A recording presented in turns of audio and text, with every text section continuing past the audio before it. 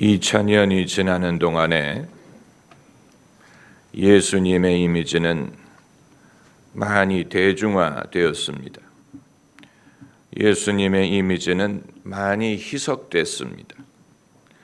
실제로 예수님 공생의 초반기에 예수님의 모습은 상당히 급진적이었습니다. 그 사실을 우리가 성경에서 발견할 수 있습니다. 만일 그 예수님을 우리가 볼 수 있었다면 상당히 놀랐을 것이고, 그리고 알아보기 힘들었을 수도 있습니다. 많은 신학자들이 예수님 말씀을 대중적으로 받아들일 수 있게 하기 위하여 해석 작업을 했습니다. 하지만 예수님의 말씀을 이해하기 위한 가장 당연한 방법은 문자 그대로 읽는 것입니다. 가난한 자는 복이 있다. 예수님 하신 말씀 그대로를 기록한 것입니다. 하지만 마태만 하더라도 이 구절을 한 번 더 해석하지 않았습니까? 가난한 자는 복이 있다라고 쓰지 않고 심령이 가난한 자는 복이 있다. 한 번 더 해석한 것입니다. 설마 문자 그대로 가난한 자가 복이 있다라고 말씀을 하셨을까라고 생각을 했을 것입니다. 반대로 누가는 예수님의 말씀을 그대로 기록을 해서 가난한 자가 복이 있다라고 썼습니다. 이것이 무슨 뜻입니까? 아무도 세상에 가난하기를 원하지 않고 다 부자가 되기를 원하는 시대에 이 말씀을 이해하고 받아들일 사람은 별로 없습니다. 예수께서 가난 자체의 덕목을 강조하신 것이 아니에요. 너희 모두가 가난해지도록 하라, 이런 말씀하신 것 아닙니다. 단순히 가난한 자가 복이 있다라고 말씀하신 것입니다. 당시 모든 사람들이 가난했어요. 예수님도 가난했습니다. 제자들도 가난했습니다. 그렇기 때문에 가난한 자는 복이 있나니 너희가 천국이 너희 것이니라, 이렇게 말씀하신 것입니다. 가난한 자가 복이 있는 이유는 하나님 나라가 그들 것이기 때문이. 우리나라가 과거에 가난했을 때 예수님 믿기가 쉬웠어요. 그때 교회 다니는 사람이 많았어요. 교회 나오는 인도하기가 쉬웠어요. 그런데 살기가 좋아지니까 사람들이 교회 나오는 사람이 줄고 특별히 믿어야 될 이유를 설득하기가 더 어려워지지 않았습니까? 우리가 과거에 열심 내던 분들을 기복신앙이니 샤머니즘이니 이런 식으로 비판을 하지만 이유가 어떠했든 방법이 어떠했든 간에 가난한 사람은 하나님 나라에 더 가까워요. 전 세계적으로 기독교 신앙이 부흥하고 있는 지역이 어디에 전부 다 가난한 나라들이, 아프리카라든가 라틴 아메리카, 다 가난한 나라에서 기독교 신앙이 부흥하고 잘 사는 나라일수록 신앙이 쇠퇴합니다. 우리는 가난한 나라를 도와줘야 된다라고 생각을 할지 모르지만 가난하기 때문에 신앙에 대해서 더 열려 있는 것이라면 우리가 그들을 부유하게 만들어줌으로 신앙을 떠나게 만들 수도 있습니다. 그렇다면 우리가 하나님 나라를 얻기 위해 다시 가난해져야 된다는 말이냐? 그건 아니에요. 사람은 한 번 부유함을 경험한 다음에는 뒤로 돌아가려고 하지 않습니다. 그럼 이제는 더 이상 받을 복이 없다는 말이냐? 가난이란 것은 경제적인 가치만으로 판단할 수 있는 것은 아니고 사람이 그 자신의 경제적인 가치가 어떠하든 사람마다 갖고 있는 궁핍함이 있습니다. 그 사실을 우리는 부끄러워하지 말고 그게 나의 화다라고 생각하지 말고 감사하게 그것을 생각할 수 있어야 됩니다. 나의 궁핍함, 나의 연약함, 나의 가난함이 있기 때문에 겸손해지는 것이고 하나님 앞에 진실할 수 있고 하나님의 도움을 의지할 수밖에 없는 것입니다. 우리 모두에게 그런 부분이 있어요. 영화 배우 킴 베신저는 겉으로 보기에는 얼마나 아름다운 사람입니까? 그런데 본인은 자기 손가락이 못생겼다, 늘 이렇게 생각을 한다고 합니다. 그러니까 밖에서 보는 것과 자기가 스스로 생각하는 것은 다르다는 얘기.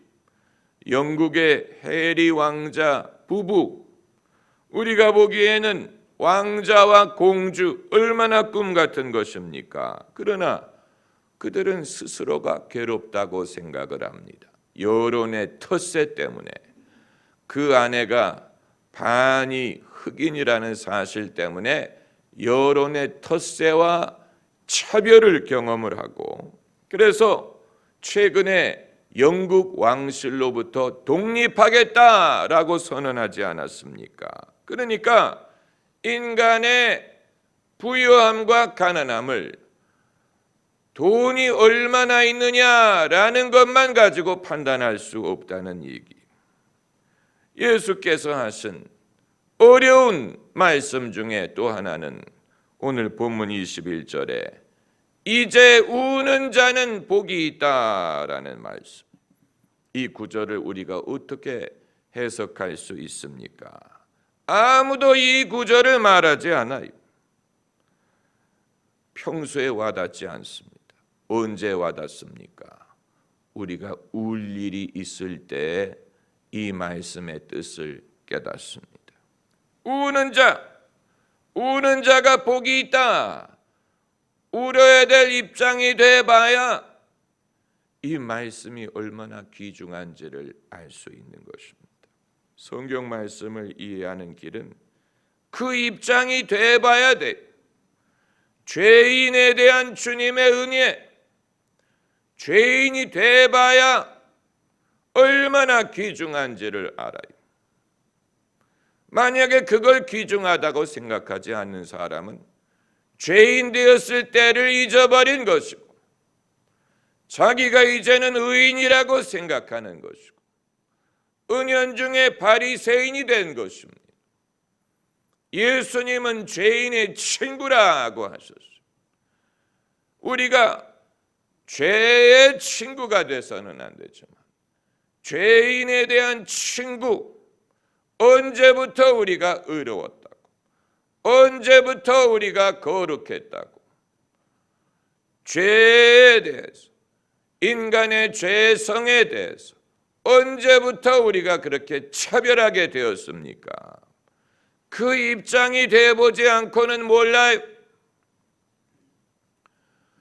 우는 자가 복이 있다. 슬픔 자체가 바람직하다라는 뜻은 아닐 것입니다. 만약에 그런 뜻이라면 신앙은 자학이 되었을 것입니다. 우는 자가 복이 있는 이유는 웃게 될 것이기 때문에. 그래서 주님 말씀에도 우는 자는 복이 있나니 너희가 웃을 것이미요. 반대로 웃는 자가 화가 있는 이유는 애통하며 울 일이 있기 때문이다. 있을 것이다 라고 말씀하셨어요. 여러분, 울 만한 일이 있을지라도 하나님이 살아계시는 한 그것이 영구적이지 않고 웃는 날이 옵니다. 눈물로 씨를 뿌리는 자는 기쁨으로 단을 거두리로다 라고 했고, 저녁에는 울음이 기숙할지라도 아침에 기쁨이 오는도다 라고 했습니다. 만약에 그것이 사실이 아니라면 예수님은 헛 말씀을 하신 것입니다. 하나님께서 당신의 백성이 영원히 울도록 내버려 두시지 않습니다. 슬픈 날이 있지만 기쁜 날이 오게 하세요. 만약에 그런 일이 없다면 하나님은 안 계신 것입니다. 하나님이 계시는 것인지 안 계시는 것인지 이 경험을 통해서 우리가 확인할 수 있어요. 예수님은 급진적인 분이셨어요. 그 사실을 늘 알아야 돼.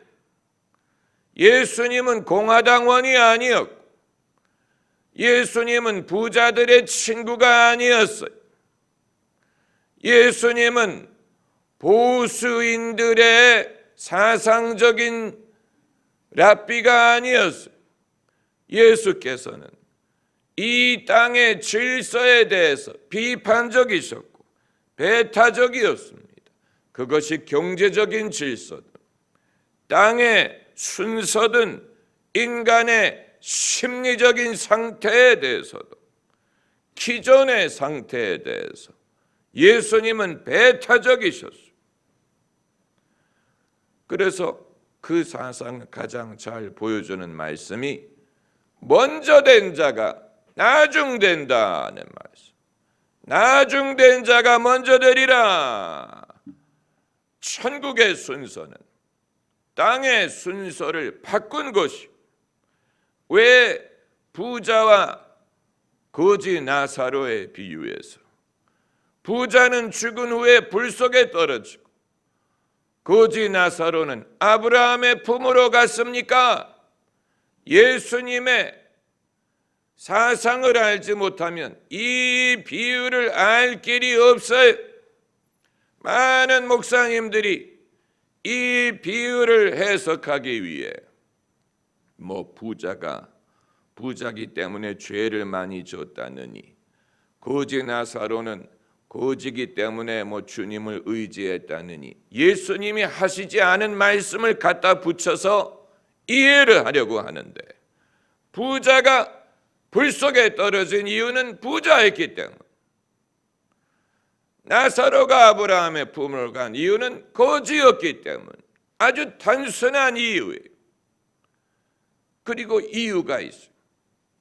만일 사람이 세상에 살 때도 부자로 떵떵거리며 모든 걸 갖고 있다가 천국에 갈 때도 천국에서도 VIP가 되고 또 거지 나사로가 이 세상에 살 때도 거지고 개가 그 상처를 핥는 그런 비참한 삶을 살다가 내세에도 그것이 지속이 된다면 하나님은 공의로운 분이 아닌 것입니다.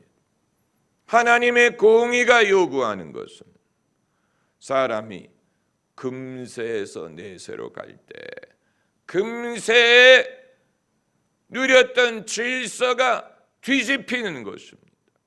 적어도 거기에 하나님의 공의가 있는 것입니다. 이 정신을 이해하지 못하면 이 비유뿐만이 아니고 예수님의 많은 말씀을 이해할 수 없습니다. 예수께서는 지금 웃는 자, 배부른 자, 부유한 자, 모든 사람에게 칭찬받는 자에 대해서 경고하셨습니다. 화 있을진저. 예수님은 사람들이 편하게 사는 것을 보시지 못한다는 말이냐? 왜 이런 말씀을 하셨을까? 저도 100% 이해하는 것은 아닙니다. 다만 사람이 자신의 외적인 상황만을 가지고 자신의 진정한 상태를 스스로 판단할 수 없습니다. 자기가 평안한지 그렇지 않은지, 자신이 복을 받았는지 못 받았는지, 자신이 진정으로 행복한지 불행한지 하는 것을 얄팍한 조건만으로 판단할 수 없습니다. 내가 배가 부르고 넉넉하다고 내가 진짜 평안을 누리고 있다고 말할 수 있는 것이 아닙니다. 내게 울 만한 일이 있다고. 내가 그렇다고 불행한 것이 아니에요. 내가 배가 고프고 욕을 먹는다고 내가 진짜로 불운한 인생은 아니에요.